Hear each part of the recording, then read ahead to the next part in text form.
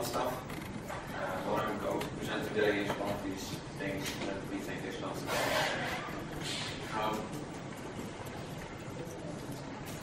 there's been a lot of talking going on about Python 3.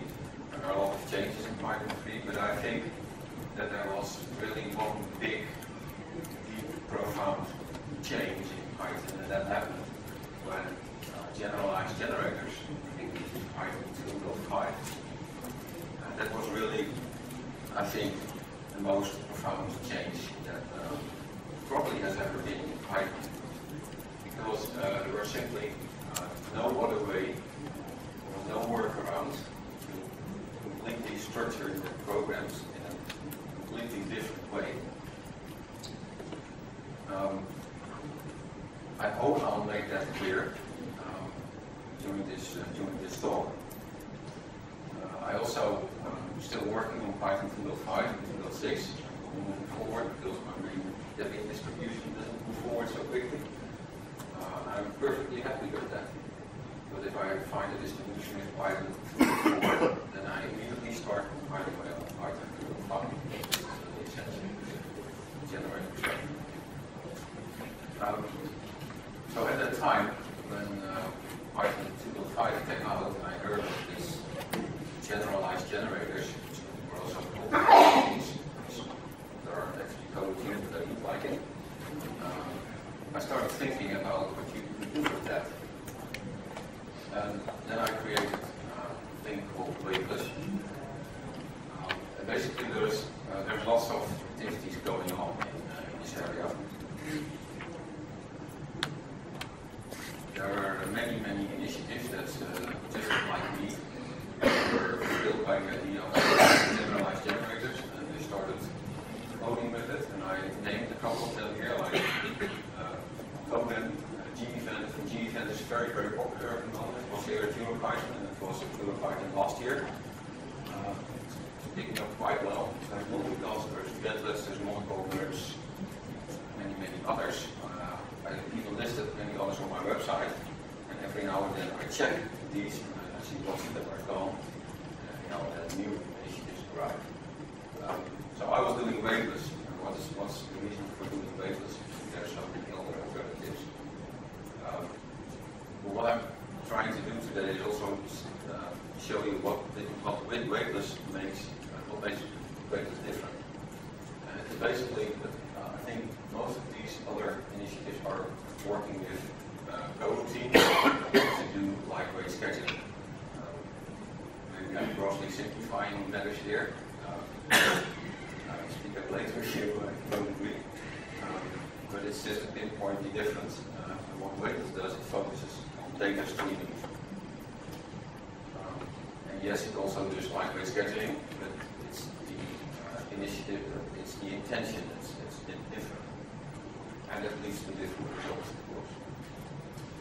Weightless consists of 3 parts. First of all, there's Observable, which is a lightweight framework configuration thingy. I spoke about that on last year's Python conference. It's basically an implementation of the observable pattern, but then in a more flexible way that allows you to configure your programs with different components. The second thing is Compose. This is the subject of today.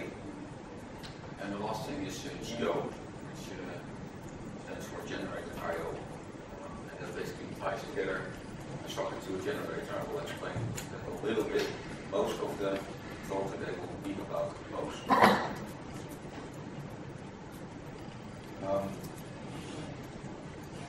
I already spoke about the differences between different frameworks. And to illustrate it a little bit more, I think this is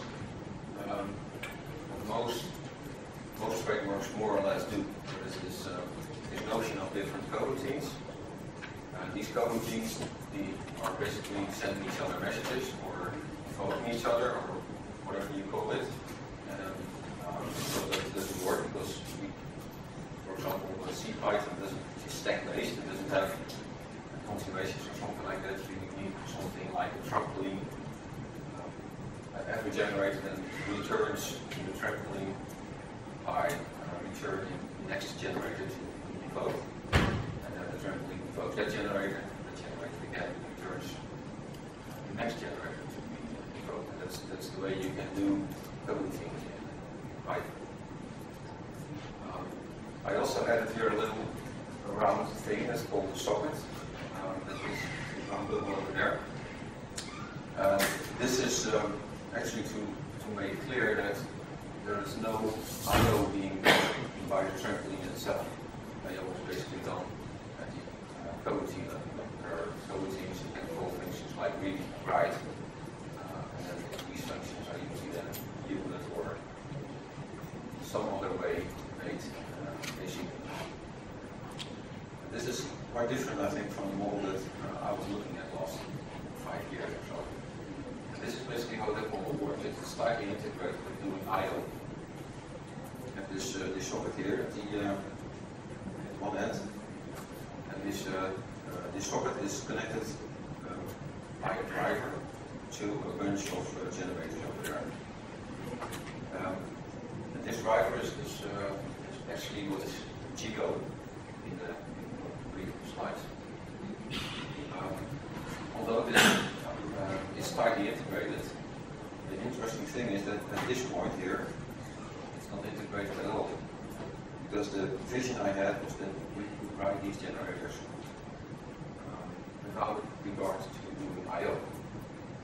So basically, you would be able to write an HTTP protocol with the generator without bothering where the data comes from.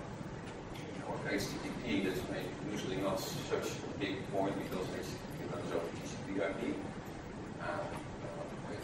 There's not much choice there. But if you think about SOAP, SOAP is the protocol specification is completely detached of any transport layer. So you can do SOAP over HTTP. You can also do it using the simple mill transport protocol. You can do it using files. You can do it any way you like. So it's very interesting to have implementation of the SOAP protocol completely detached from how it's doing I/O.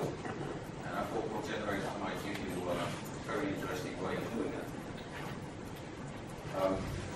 The most important thing here is to focus on these three things. How do you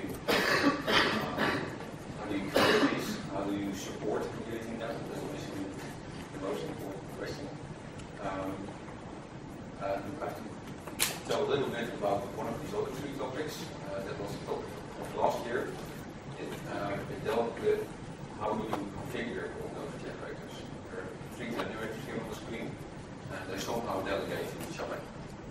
And you have to configure that. You cannot hard code all those relations and all that. In Weightless, that is done by using the observable pattern. You see it on the screen. There is in the text it says self.any, self.all, self.do. It's actually a generator called self.any handle. It doesn't say request, and basically it delegates to one of his observers. By doing so, you detach different components from each other. If you like that, topic, and you want to know more about it, just look at the website or talk to me later. I'm going to skip it now because it's not really essential. You can use Compose, you can explain Compose about this, and you can use it about this by just hard coding or doing something else.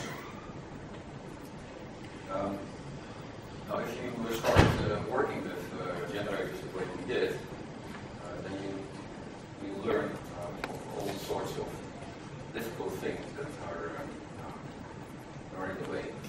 And there are basically 4 topics that I want to cover today.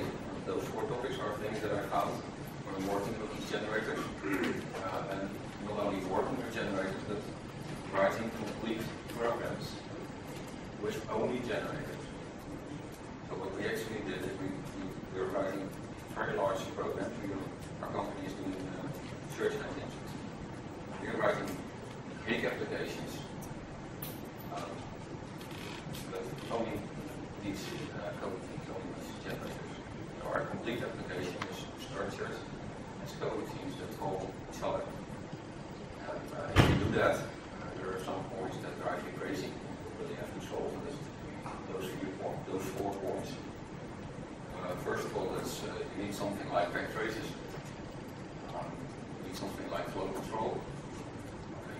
like respect data, and in the end you need something called global, which is something like Trampoline, or things like that.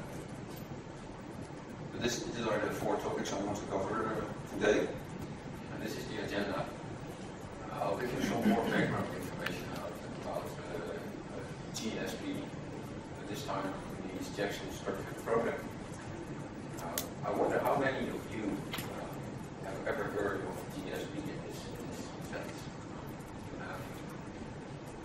It's very interesting. I see a lot of people with gray hairs. It's not so strange because it's I think it worked built in the 60s or something like that. I also see a younger guy raising his hand, and I admit the only thing I knew GSP from was from the chapter of the title of the chapter of the book we were allowed to skip for. But it's very, very fundamental. If you look at what he did, to my knowledge, it's the only some sort of methodology that tells you where to put if and else, while, close, etc. There's OO doesn't tell you anything about how to actually structure your program, where to make objects, where to make decisions, etc., etc. This method does, and it makes it very cool. I'll give you some more background about that, because when I found Python 2.5 does this generalized generators, this crossed my mind. I thought, wow, maybe this will be possible in Python. It is. I'll give you a short recap of the apps that are related to this topic. It's 342, very, very shortly, because I assume most of you know that, and 380 a little bit more in detail. And then I'll switch to lots of code to get you to the main topics. And then I hope there's some time left for discussion. What is Jackson Structured Program? Well, it is made up in the 60s or something like that. And the main problem was you had these mainframes, these big tapes. And if you wanted to process your tape, then what you did, you took the tape, you read it in, and you produced a new tape. Now, that's very difficult to do, because you have to get all this complete tape, you have to get it complete, and it was very expensive, and there was not much of it. So how would you efficiently process this tape, turn it into another tape with result data? Well, Jackson said we'll think of it as a data stream, streaming in and trying to stream out at the same time. And then he explained what you had to do to make that work in your program. He actually says your program structure should more or less follow the structure of your data. So what I've shown here is there's, for example, an HTTP request coming in, because I'm now making a big leap from mainframes back to web servers. It's actually quite similar. This is HTTP request. It has a request line, starts with a request line, then follows some headers, and after that there is the body, and the body probably exists in some contains a form, and a form might contain data, XML data, whatever. You can go on with this, whatever, of course. So if you have this, this is the input form, the input data, the structure of the input data. Well, it might be a good idea to structure their program in exactly the same way.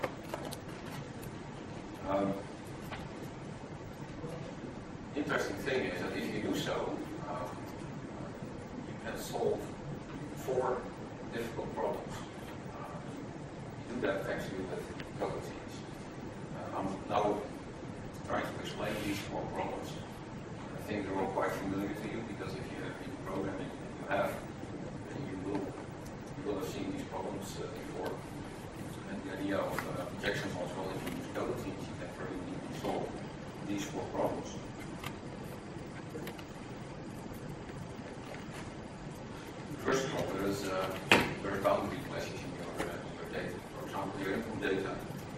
consists of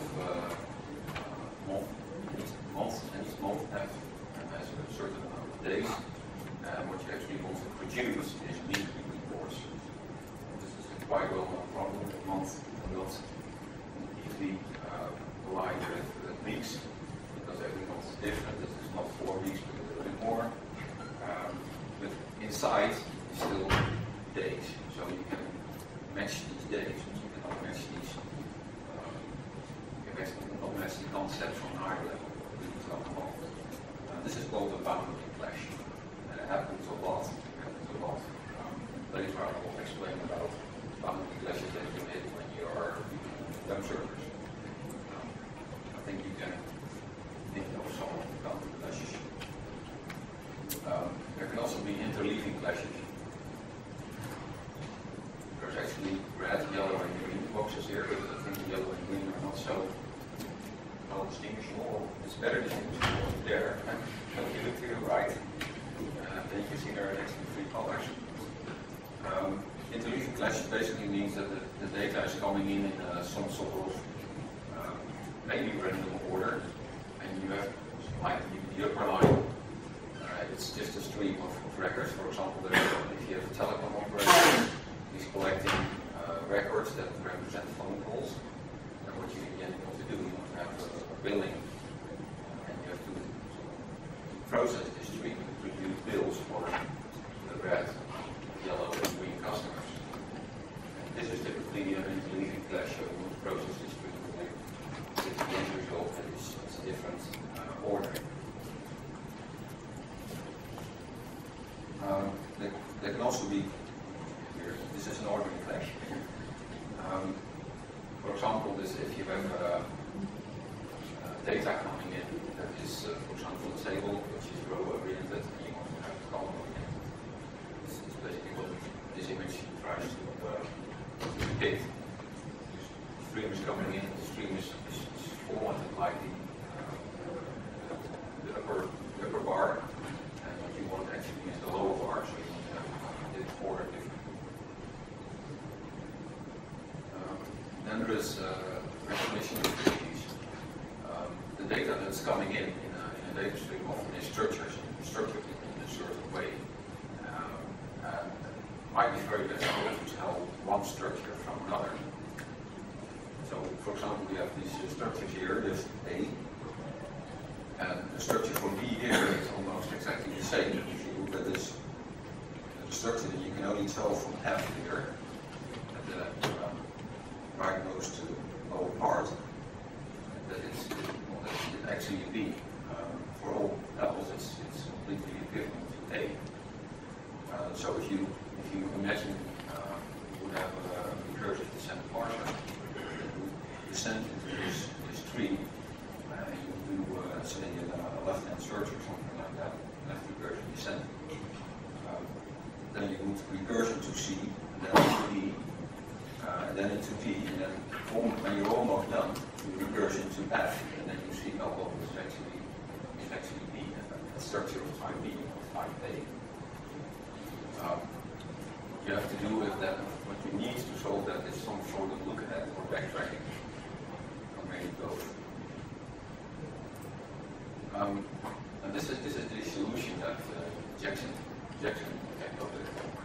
He actually said, well, I think there are programs, P and Q.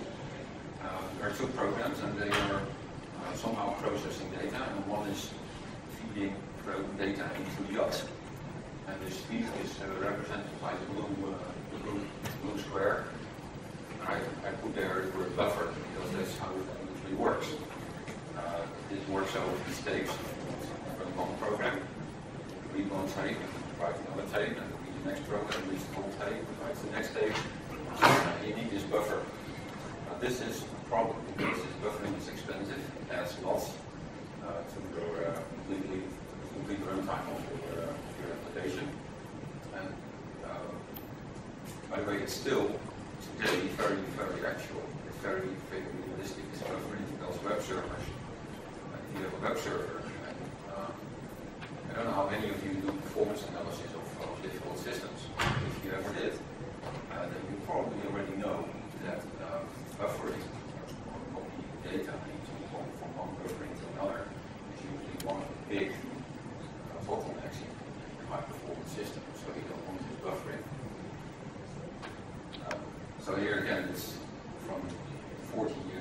it's still relevant today in different contexts.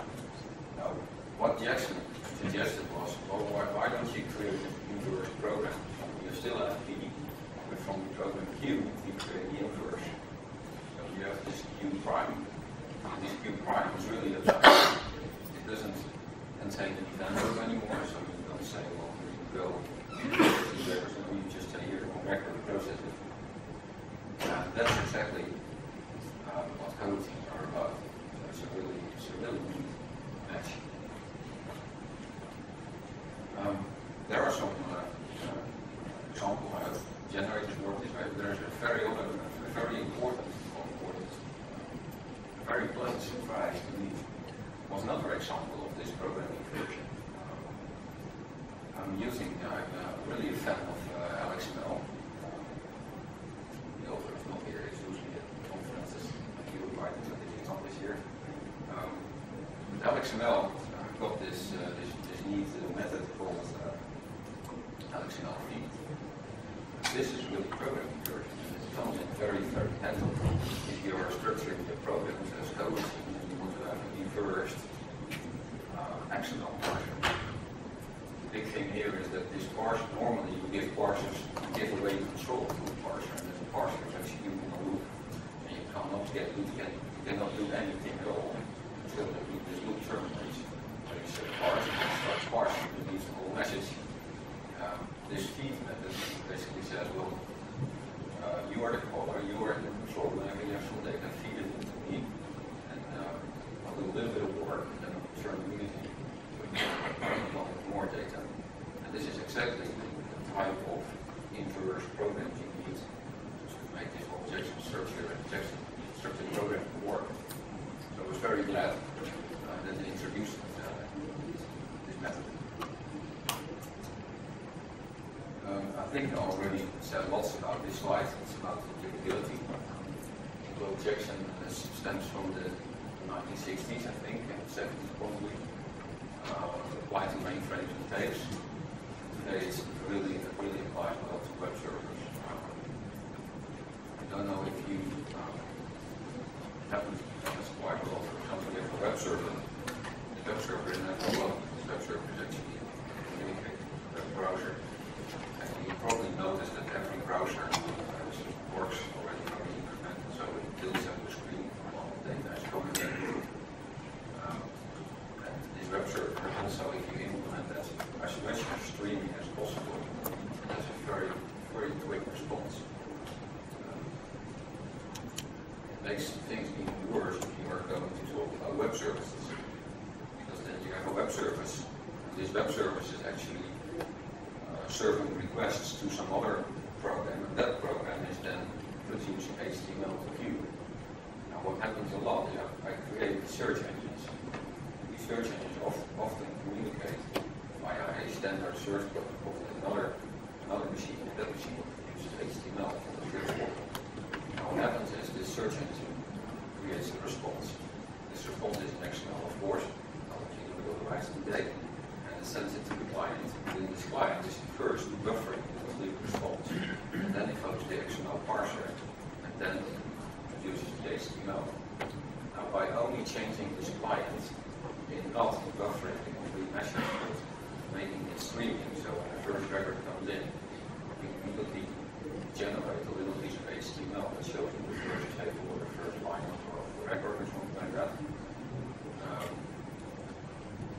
Response times improve enormously, especially how people experience these response times, because there's no blank screen and you wait a couple of seconds, there's something coming in, maybe it also takes a couple of seconds. It's a different experience.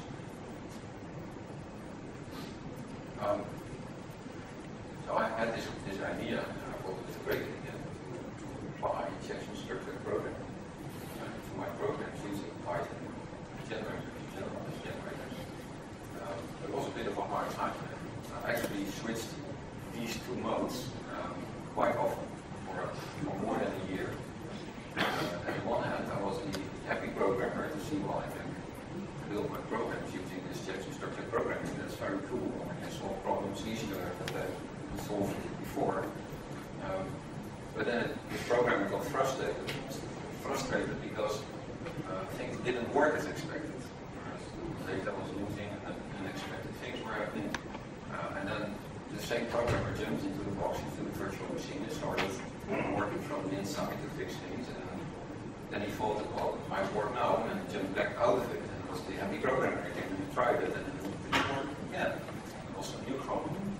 And actually this happened for over a year, until I finally found what was the problem. And I made some design choices, and that's what I want to present today.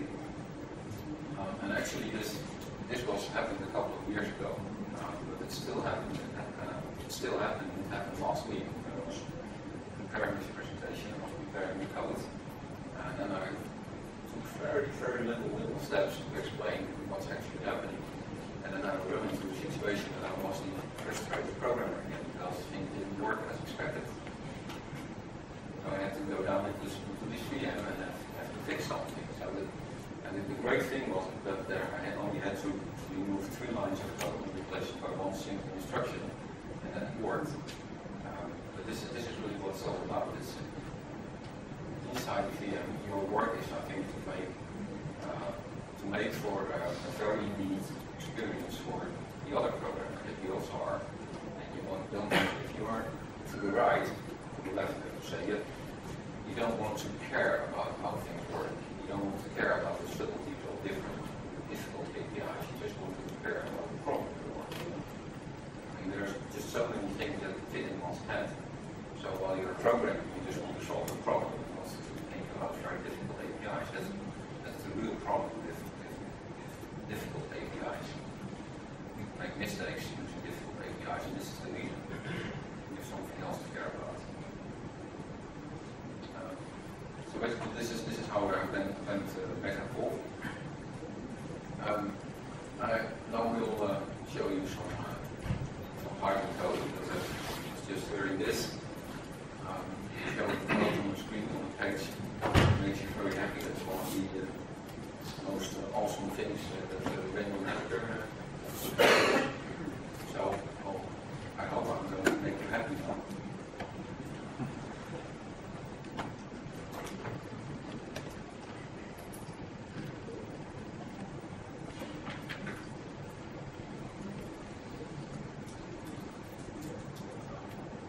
Check this, it should be readable by all of you. As I said, I expected a small crowd, such a big crowd, and I expected lots of interactions. I'm still open to that, so if you have any questions or any remarks, please let me know.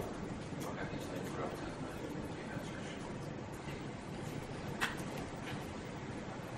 This presentation is structured like a piece of Python code, and it just plays out through it.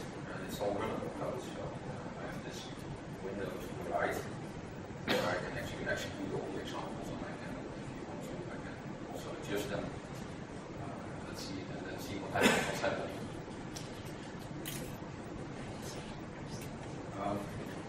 So first is step 342, which was the step that all started it. It's about enhanced generators. We're all familiar with the yield statement, I think. The yield statement includes messages. For example, here there's yield response. And this response is then actually sorry.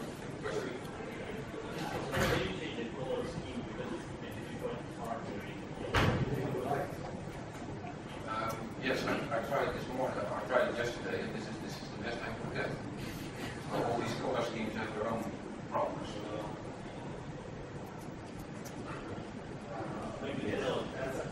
That's help. Helps a bit. Yeah. Yes. I will try to integrate where I'm looking at. Still if you have trouble, then entropy again. Well, you can try color scheme done or not the colors or things. Yeah, but I really don't know how to do that. I think color schemes space the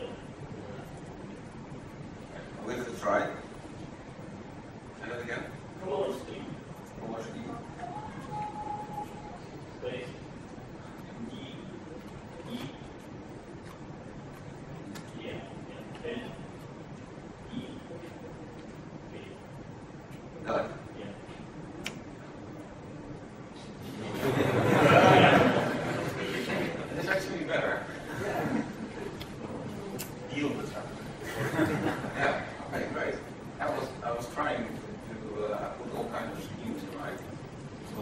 RC directory and things like that.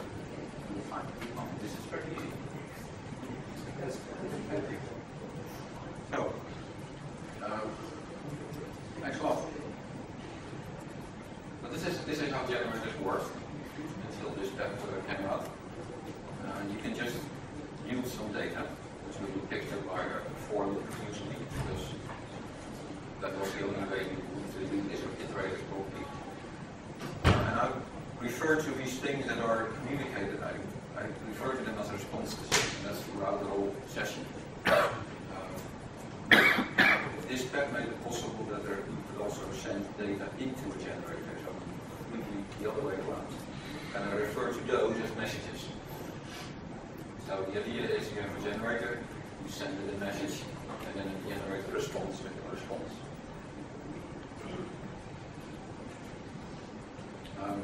What I did here is I created the simplest generator that would possibly work. I've just put in this message. And this is how you would do it in this demo driver. You create this generator by following this function. And then you send next to it. And this is important. I'd like to stress this a little bit. Maybe I'm stressing it again later on. I'm sending next here. Next actually does, it runs this generator from here to this parenthesis, so to say, until here. And this part is actually executed, and not this part. So it runs through half of this line. It actually runs through half of the right part of this line.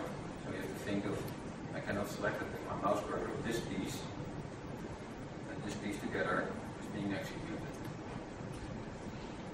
Next. So what's happening here? If you do that, then this generator will yield response. Then the next thing you can do is you send. So basically you're sending it a message here, and then when you send it a message, this generator resumes where it left off, so it resumes here. This part here, until the next yield, so then this, so every execution is between yield statements. Is that clear? Okay. I can actually run it.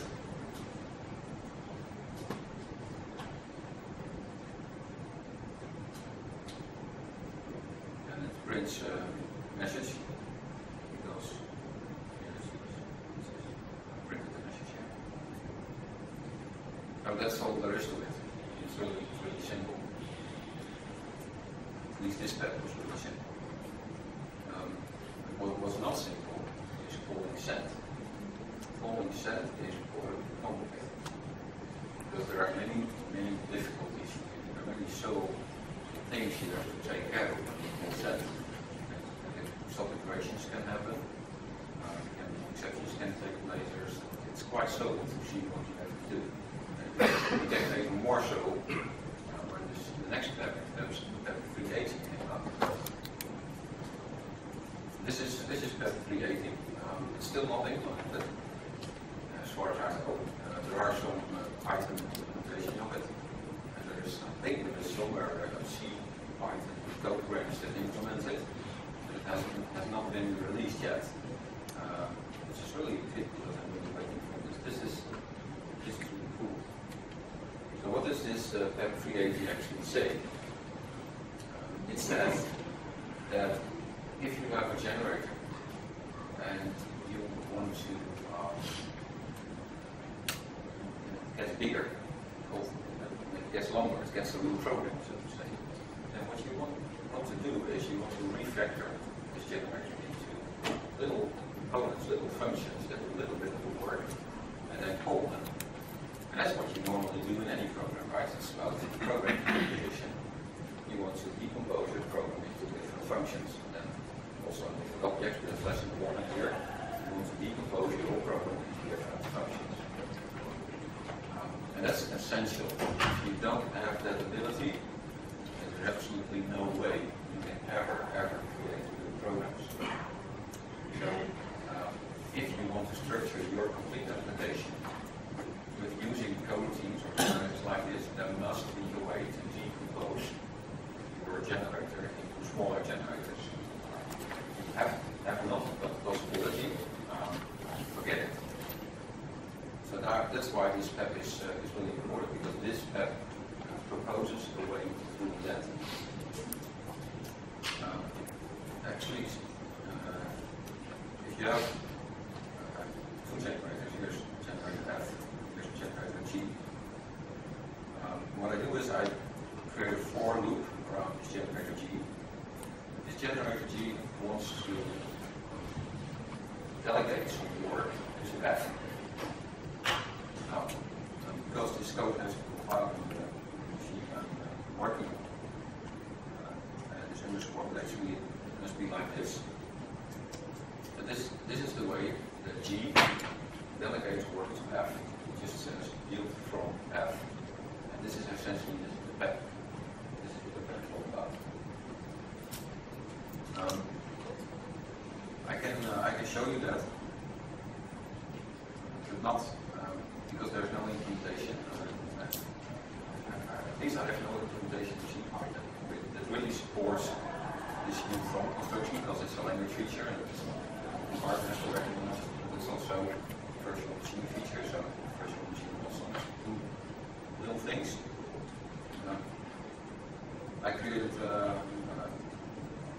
another way. This is what I call compose. Compose is actually an implementation of PEP 380. Because we were doing this already before this PEP was existing.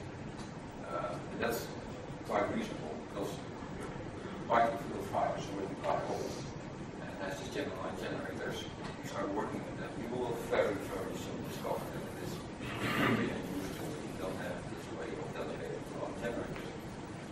Start thinking about doing stuff. We did that a couple of years ago, and we created a thing called compose. And instead of using yield from, we use compose. It's called compose because what you actually are doing is you are decomposing your program, and compose helps you compose it again. So that's the reason it's called compose.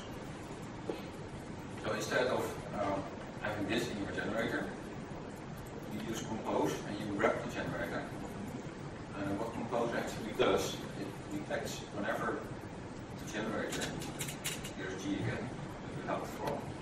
When G yields the generator, compose detects that and says, well, I assume you want to do yield from, and I send or I delegate to that generator you just yielded. Now this is quite different from the PEP. And why is that? I found this easier to work with because I don't have to make a distinction and an extension in the language, because I don't have an extra keyword. And it was not a really big problem that every generator that is yielded here is always treated like the delegate. It's really not a big problem, so it's working quite well. But there's a difference, because now the generator G does not decide for itself if it wants to yield from this generator F, but it is being decided earlier in the stage when G was wrapped with G with compose. There's little distinctions. This works actually. It's not really exciting, but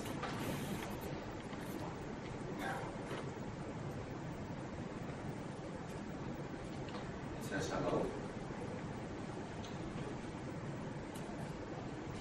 First says hello and then it says no. Does anyone know why it says hello and then no? It's yield without an argument.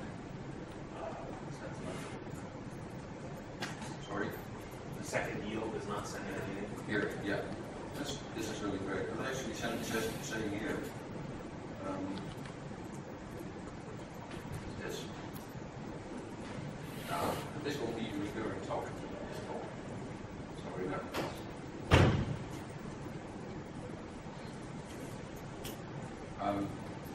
Well, I thought that wrapping compose is quite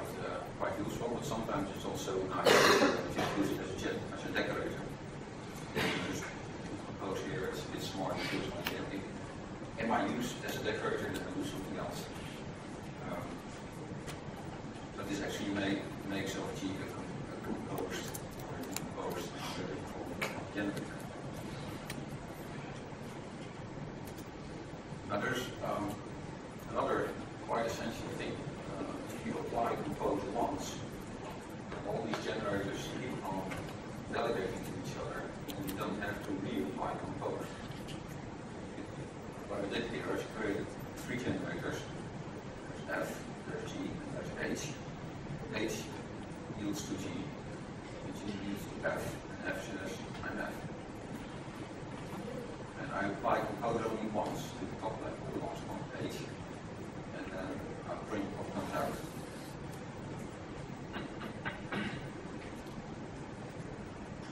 It just says I'm F. And this is quite subtle. You really have to understand, because I'm suggesting that there is a hierarchy generator. There is H, there's G, there's F. Basically some sort of whole stack or something like that. There actually isn't. Remember, when you yield a generator, what actually happens is the generator that is yielding is stepping aside, let this other generator replace itself, doing the work with whoever, working directly with whoever was calling the original generator. And then when it's done, I'm stepping inside again, and I will take over the work again. So this for loop here communicates directly with H, then it steps aside, then H steps aside, and then this for loop directly communicates with G. G also steps aside again, and then this for loop is directly communicating with F, and F says I'm F, and then we're done. So there's a stack of generators that are waiting held inside of compose? Yes, actually, yes, there is.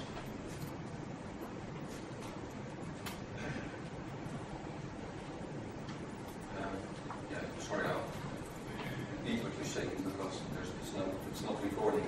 Maybe you didn't hear it. You said there's a stack inside compose with generators that were waiting. That's exactly right.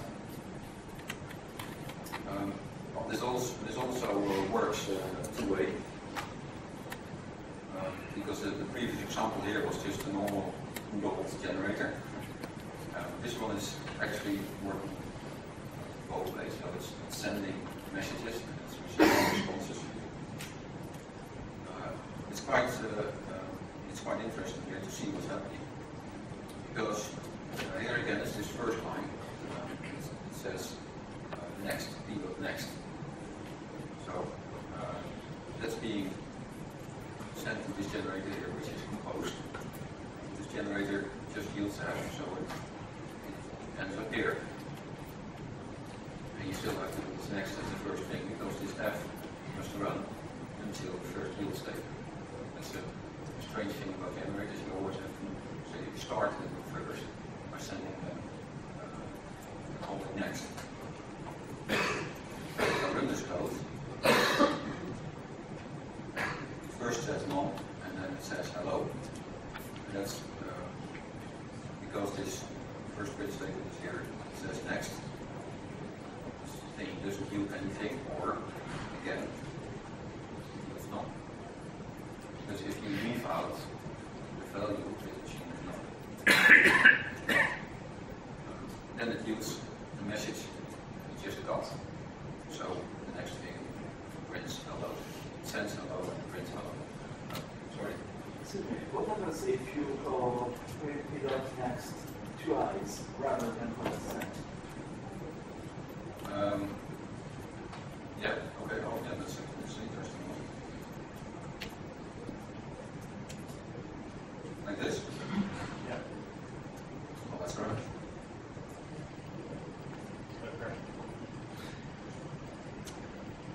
Oh, sorry. Change that back again.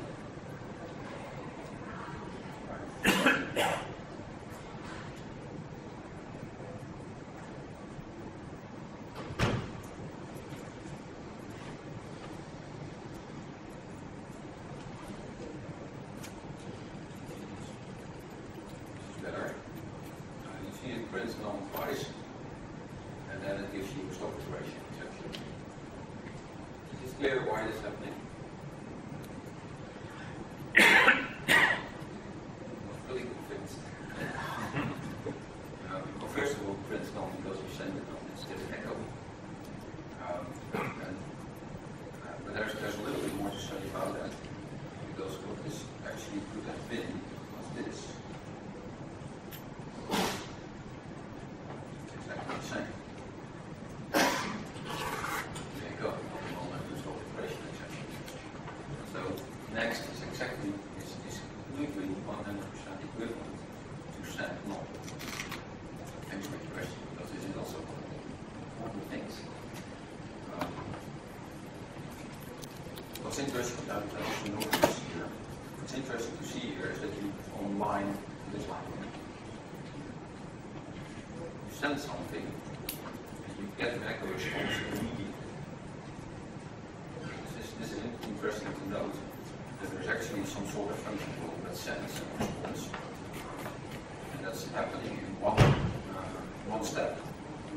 Actually, because if the code starts executing here, there's the assignment of the message runs and then yields the same message. So there's actually some sort of a little bit of code that is called by send, and that's between the yield step and it receives something. It yields something.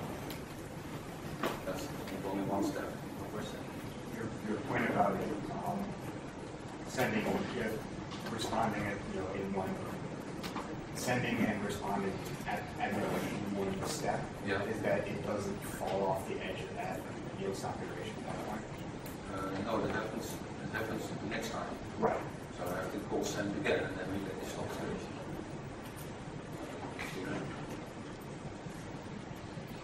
Send wherever, doesn't matter. And then it falls off the edge, so to say. It's still near this. Yeah. What's happening here, actually F is stopping and running off the edge. It's coming to the end. Then it terminates with raising the stop iteration. You don't see that. It's actually raising a stop iteration. That's one of the reasons that calling send is not so convenient, because you catch this stop iteration. Normally it happens inside a for. The for actually terminates because of the data source raising a stop iteration exception. It's quite neat if you call send yourself.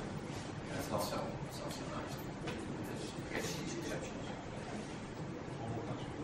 Sorry. So here's this exception. Yeah. So can you call compose multiple times? Like you have the compose at the top and then decorate G and decorate out all the compose. Yes, does it also work on? It's completely transparent there. And then there's many times one key all of that. Move this again.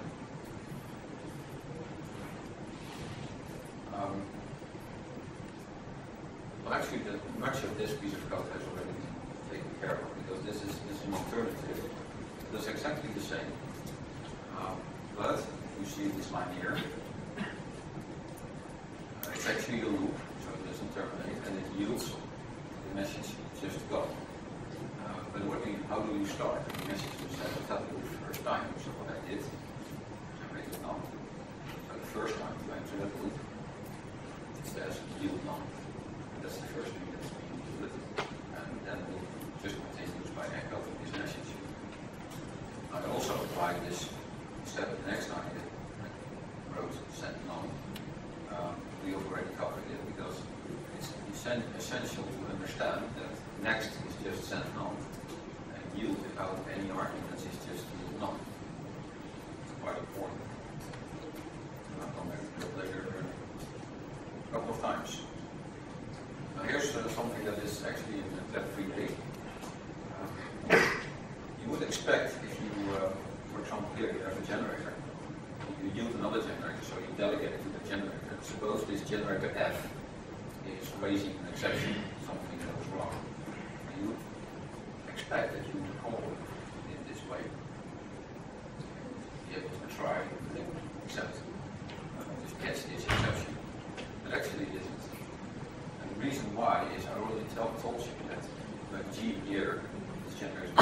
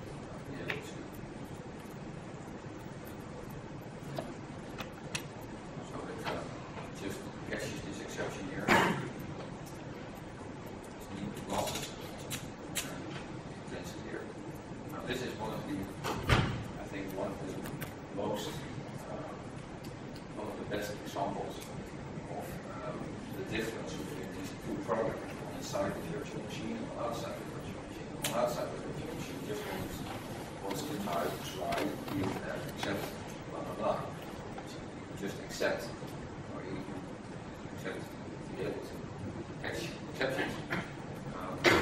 And then it doesn't, and you get frustrated. So you have to go back into this virtual machine and see, well, why is it not happening? Well, how I fix this in Composer is by just having this stack generator. So if G steps aside, gives F to room, then G is kept on the stack. And whenever F raises an exception, it is first sent to G. That's how you fix this problem. Then there's another problem. I'm not sure if this is part of Applicability or not. It doesn't say so explicitly. But this is quite important. Yeah. Should we go back to the exception example? Yeah. It says when compose catches an exception from F, it's going to send it to G. Yeah. When is G going to run to its next yield and see that doesn't? I mean, the send is going to trigger that, right? Yeah. So there's going to be two yields, like yield will be executed twice for a single call to G. Let's see. Your question is actually if compose catches an exception from F and it sends it to G, where and when does it happen? Is that your question actually? Yes. How many passes, I mean, how many yield statements will be executed with G? Yeah, well, just only one. It's completely transparent. So if here's a yield statement here, or actually, it raises this exception here, but this yield statement is not seen by the core right now. So compose takes care of invoking F directly. So you just see it as going to this point right away.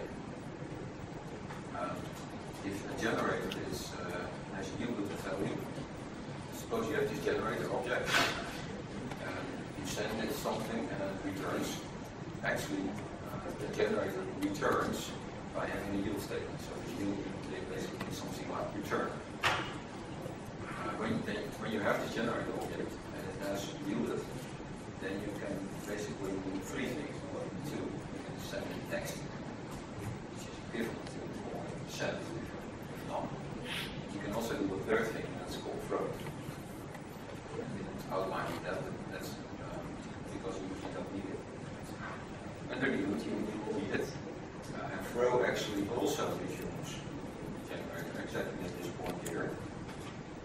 So that's exactly the same as send next. But it resumes generator with the exception. So at this point where you do this, an exception is raised. This is caused by someone called throw generator. That's what the implementation you don't have to care about it. As you want to, of course. Now there's something else associated with exceptions. Suppose you have a big program and there's some generators, and then there's something going wrong. What do you do? There's a trace somewhere on your screen, but because of every generator stepping aside and giving the other generator a turn or something, this generator stepping aside is not on the whole stack. So it's not based on any exception, on any trace back here. And this makes it virtually impossible to deal with the problem of exceptions. It makes programming next to impossible. It's each time, it's like saying, like programming in C, and you just have a segmentation from something wrong. You don't have either to get a stack trace. You just have to guess where it went wrong. This is not good. So what I did is I also generated this raising an exception right here.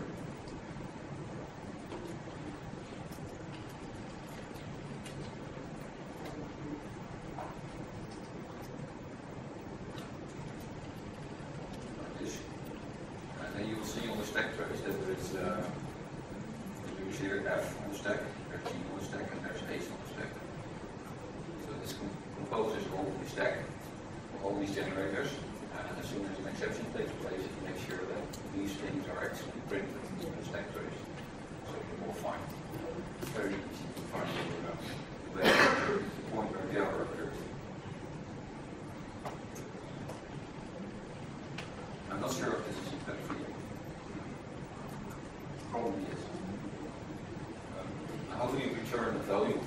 Well, just ignore all the rest below because we're going to cover them. It's still here. How do you return a value? Well, actually you do that by raising stop iteration.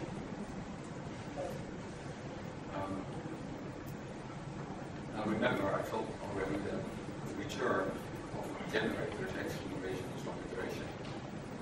If you return, if you have actually return statement in the generator, then it basically means the same as stop iteration with no arguments. Return and stop iteration are really interchangeable. So this line here says explicitly stop iteration with the value, or value then is the return value. But it would be maybe Python 4 or something like that. It would become possible to just write this in your generator, return value, and that this is actually also proposed by the 380. It would like this. So now what you can do is you write this with a value feed, which is the result of calling with f. And this feed actually gets the value that is really stored. Question?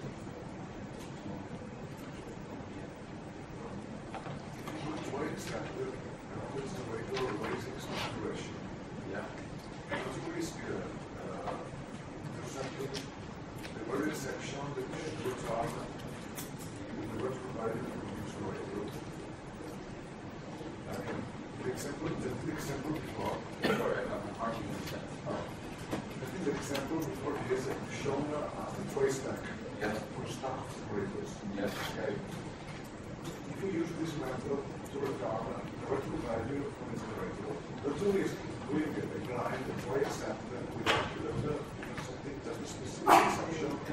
Catches stop iteration as well, and prevents you from actually using the value from your This also happens with twisted and Boudary callbacks. Yeah. Okay, so your question is actually is raising the stop iteration, isn't that a problem? If you have this slide here, where you try except without any exception specification, there's no clause here. Is it a possibility that you then are hiding stop iteration exceptions by returning values?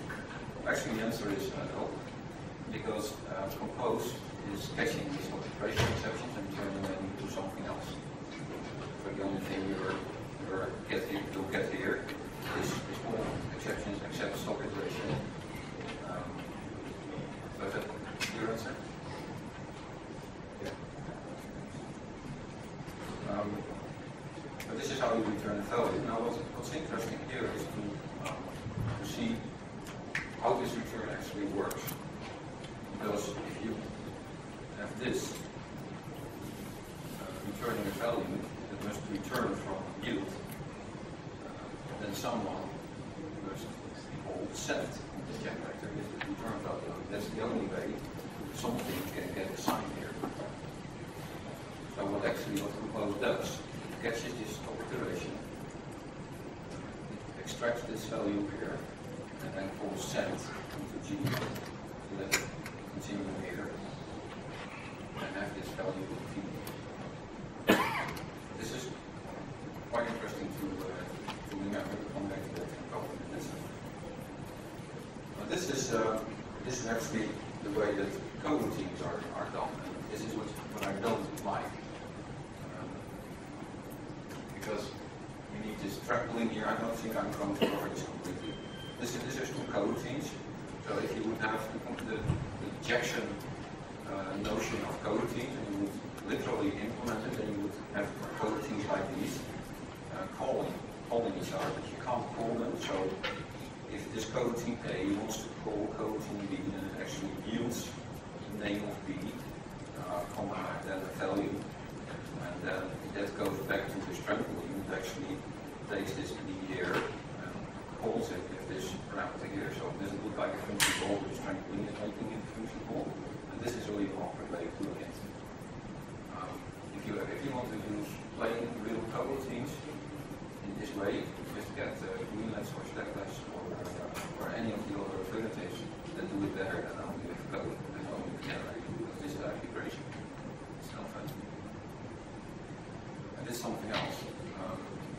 made a very bold decision, actually. Actually, I didn't decide it, it just happened. Then still we were deciding it. I said, well, there's this coroutine here, coroutine A, and there's coroutine B. You know what I do? This coroutine B is just sending to coroutine A, just like in the previous example. But coroutine A is not a thing that has its own loop. It's not sending to B explicitly. Coroutine A has a very limited scope. Coroutine A is created here, it's being used, being used, and as soon as coroutine A is done, which is rather quickly because there's only one yield statement, it is done. So it is not an actor that is accepting messages and giving responses. This is the model I showed you in one of the earlier slides. That is not the actor model of two processes communicating. It's just one coroutine. It's actually doing something on loop. It's coroutine here. The coroutine is very limited. It's very short-lived coroutine. And it turns out that this is just as powerful as the previous model. So one of your generators of coroutine is just way more limited, but it still is as powerful. You can get the whole projection stuff all working with only this. Now, doing this makes it very neat. You can write it down in a neat syntax in a very comprehensible way. That's quite important because if you are this programming outside virtual machine, you will overcome difficult stuff. Here you are all the time because you have to write these stupid things for the function.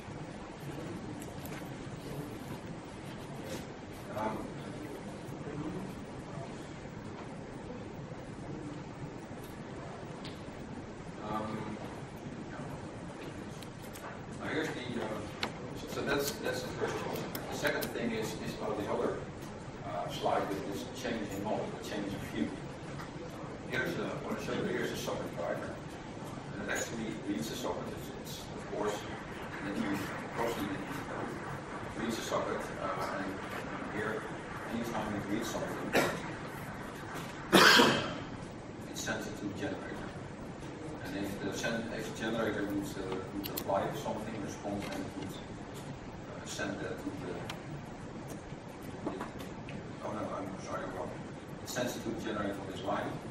If the generator responds to something, it sends it to the socket. And then it reads the socket to see if there's a message from the socket. And yes, there's a message, and it sends it to the generator again. But basically, the idea is this is way too simple, but the idea is have a generator connected to a socket. Because the socket has two streams, both ways. The generator also has two streams nowadays, so communicate both ways. That's the basic idea. Res P should be the same variable. Sorry? Res and Res P. Res equals gen. Oh yeah, I made a mistake here. Yeah. This is response. I made it a bit short. So this is a slightly more elaborate socket driver.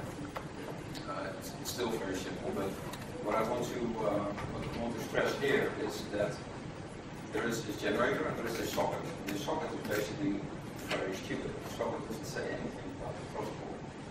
And my idea is that the protocol is defined by the generator of the coroutine. So what you do is the first thing you do, what this socket driver does, it asks the protocol, which is actually here it's just a parameter, and it's meant to be a coroutine, a generator. It sends it next. And it basically here in that line, at this line, it asks the protocol, what do you want me to send? What do you want me to do? And then here you see the if. It says if there's a response, then I send it on the socket. And if there's no response, then I receive from the socket. And this is quite important. This is something that's missing in Factory 80. Because what you're actually doing here is you send next to you send none. And then when it responds with something that's not none, anything that's data, it sends that to the socket here. But when it responds with none, it actually means, oh, it has no data, only it wants to receive data. So I'll receive data on the socket and send it.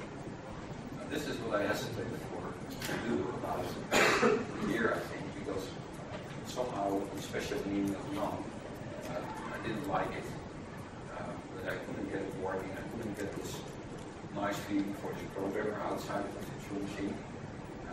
Just in working with it and not caring about it until I had this special need or not. And basically here it says next, there's an implicit none.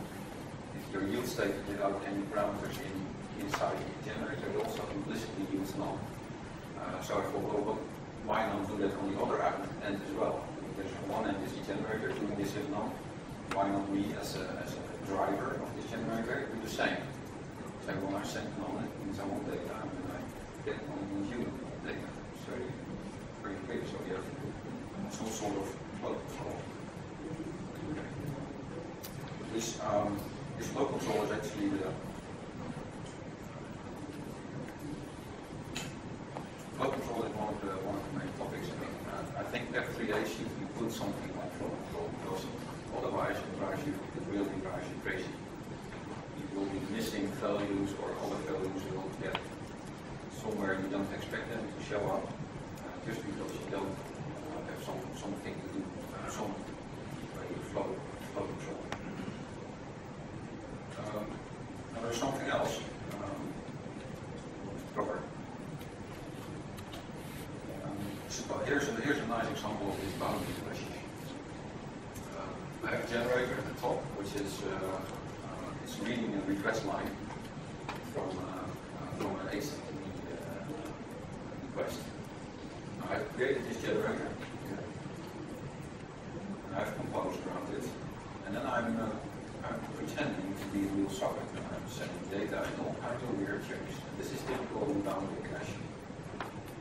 I mean, you will get here half of a status line, then you get the next piece of the next header, and then you will get the header, possibly after the header you will get a piece of the body in 3 different sets. So how do you deal with that? Well, the first send here actually will send something to here. So what I did in this loop, I created a loop here. First I make the message empty, and as long as there is no this is a line feed in the HTTP. As long as there are no line feed in the message, I will continue reading. So this has no line feed in it. The second one has a line feed. So this loop is terminated, and then I have my status line. But I also have pieces of the next part, and I don't want that. But this is very typical parsing loop ahead.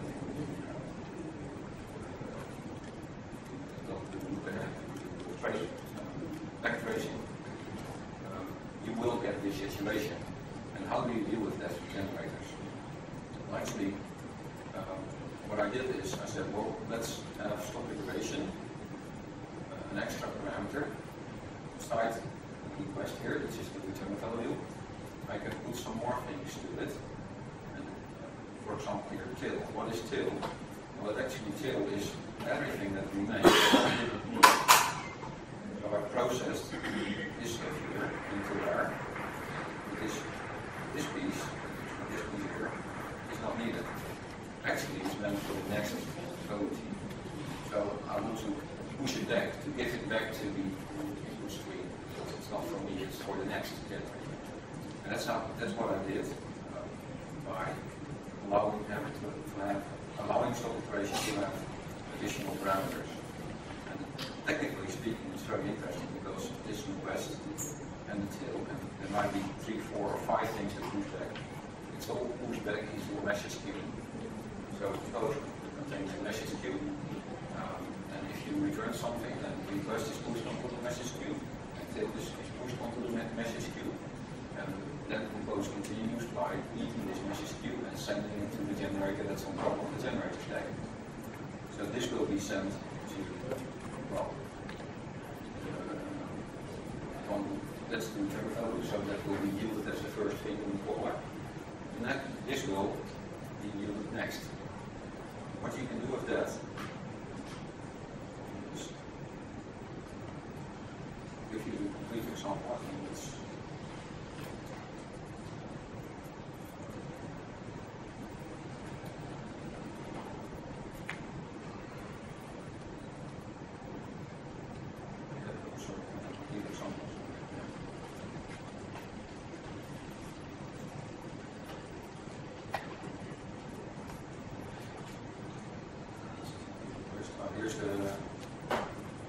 execute protocol. We have protocol 2 here, with parameter handle request, and this protocol will be actually dealing with the HTTP protocol, and whenever it has a request ready, it will delegate to handle request, and the request is appear. And the request just expects the body and nothing else. So the request line and the headers already have been eaten. Now what I'm doing here, deliberately, is sending these query messages again. Like first this half status line, here's the rest of the status line, then there's part of the HTTP headers here, and then in the same message there's part of the form data. And this form data is the only thing you want to show up here in the request. And all the other stuff will be dealt with other generators. And I have these. Here's the HTTP protocol. This is this handler of this HTTP protocol. It just says, well, first read request, read request, and gives me two answers, the request and the headers. And then I call handler with request and headers. Now, if you look at read request, it's below it. It says, well, first read request line, and then read the headers, and return them both. Go back here, these two answers, call the handler with the request and the headers. The funny thing is that this one will only be reading the status line. It will be having too much data because of parts of the headers were already in this message. So it pushes this back onto the message stack. Then this message stack is there, and then the next line is executed, and read headers is then executing, and the read headers will first get this little piece that's still on the message stack, because that belongs to the headers. And then it reads on, and then the read headers get next to the headers, but in the last message it will get parts of the body, and the body is not meant for it. So it has the same problem. So it pushes back onto the message stack again. And then this thing is terminating, this thing is terminating, and then it yields handler. And handler will get first this last piece of the message body. This piece. And then reads the rest of the form data. I think I have 1 minute left or so. Okay, then I'll find the next slide. I'm missing one topic here that's about something very local, something like generator local or something like that, because here we don't like Inversion. That. And then this is the topics I have for discussion. First one is back traces. Are these really necessary? Should they be in creating? Maybe they are already there, I don't know. And there's something like flow control. Really drives you crazy if you don't have that.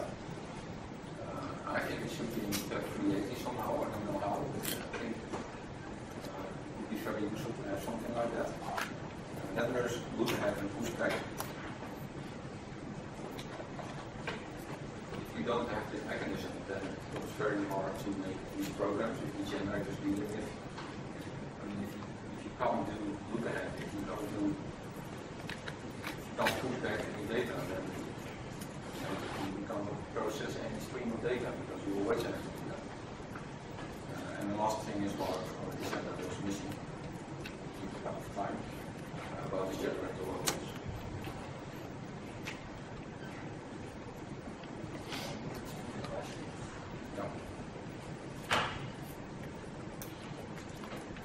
I have a question.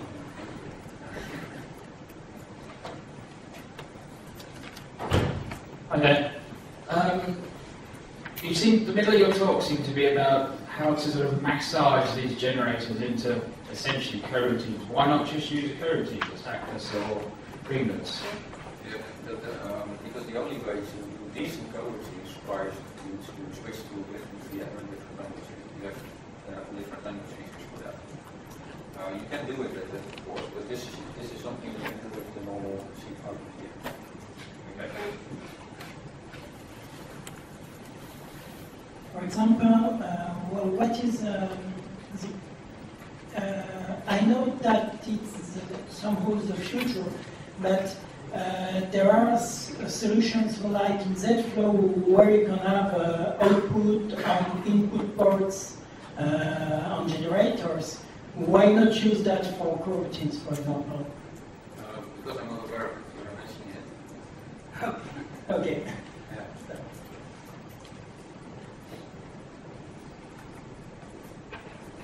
Yeah. Could you show your code example number 11 and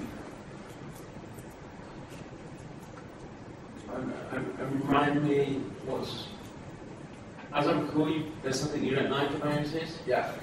Can you remind us? Sure.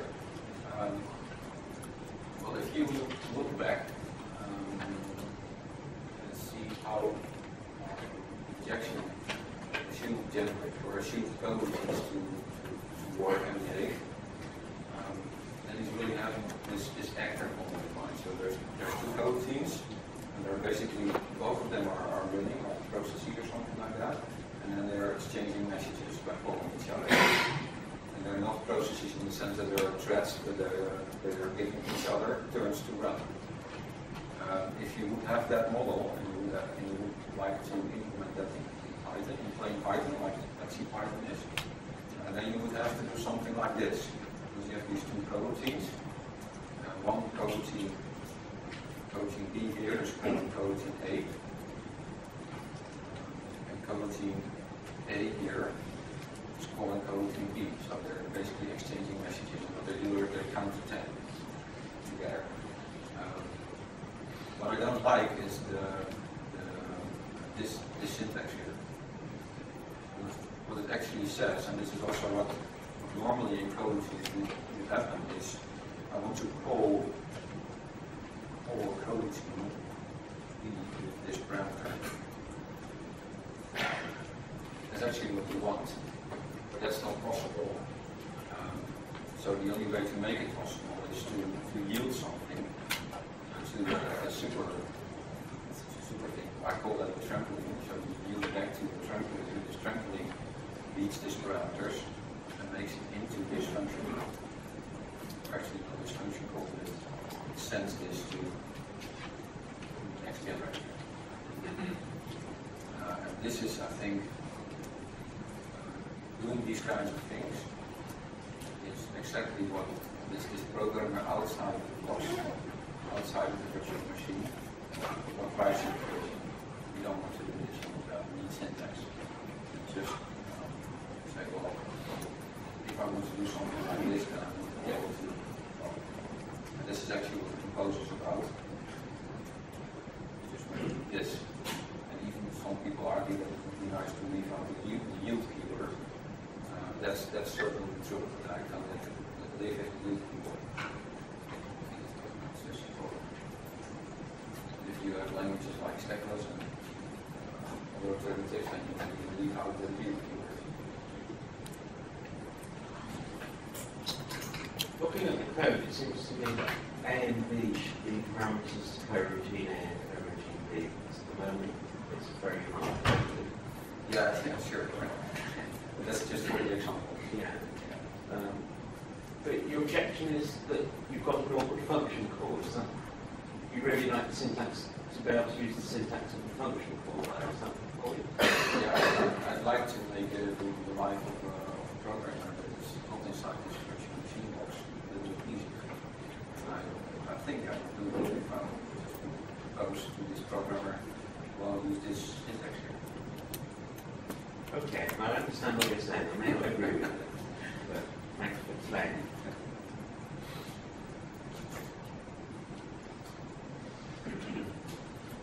So can you go into the next example? The next one? Yeah. Number 12. This one? No. Oh yes, sorry, it's this one. So actually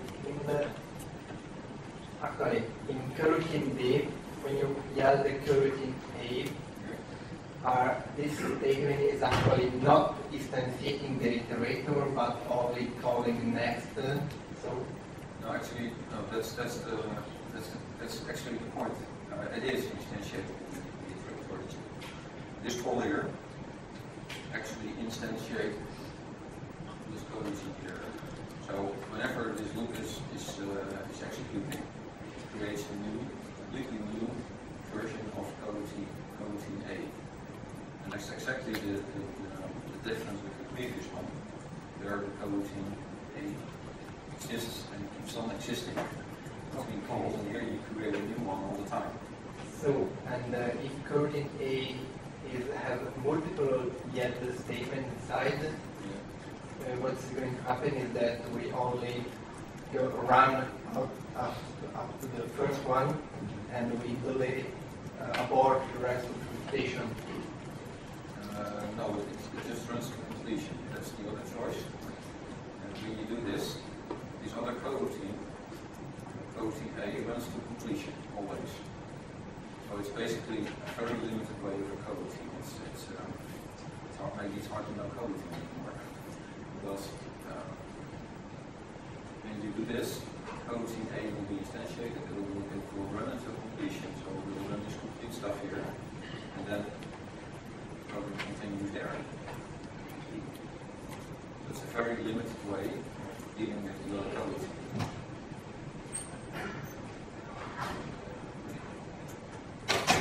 But the point is here that I try to make clear that this is just as powerful as having two coroutines apart. Because you really can create huge application difference. It feels natural. It just feels like programming a function. Like you probably extract something and put it in a new coroutine. It just behaves like you would expect. It's just the factory principle is working. And that's what I want to have realized. The situation is you can just say, well, the coroutine we factor with three small ones, these three small ones, and they can be factored, and maybe with 10 layers of coroutines upon each other, and it must work very naturally.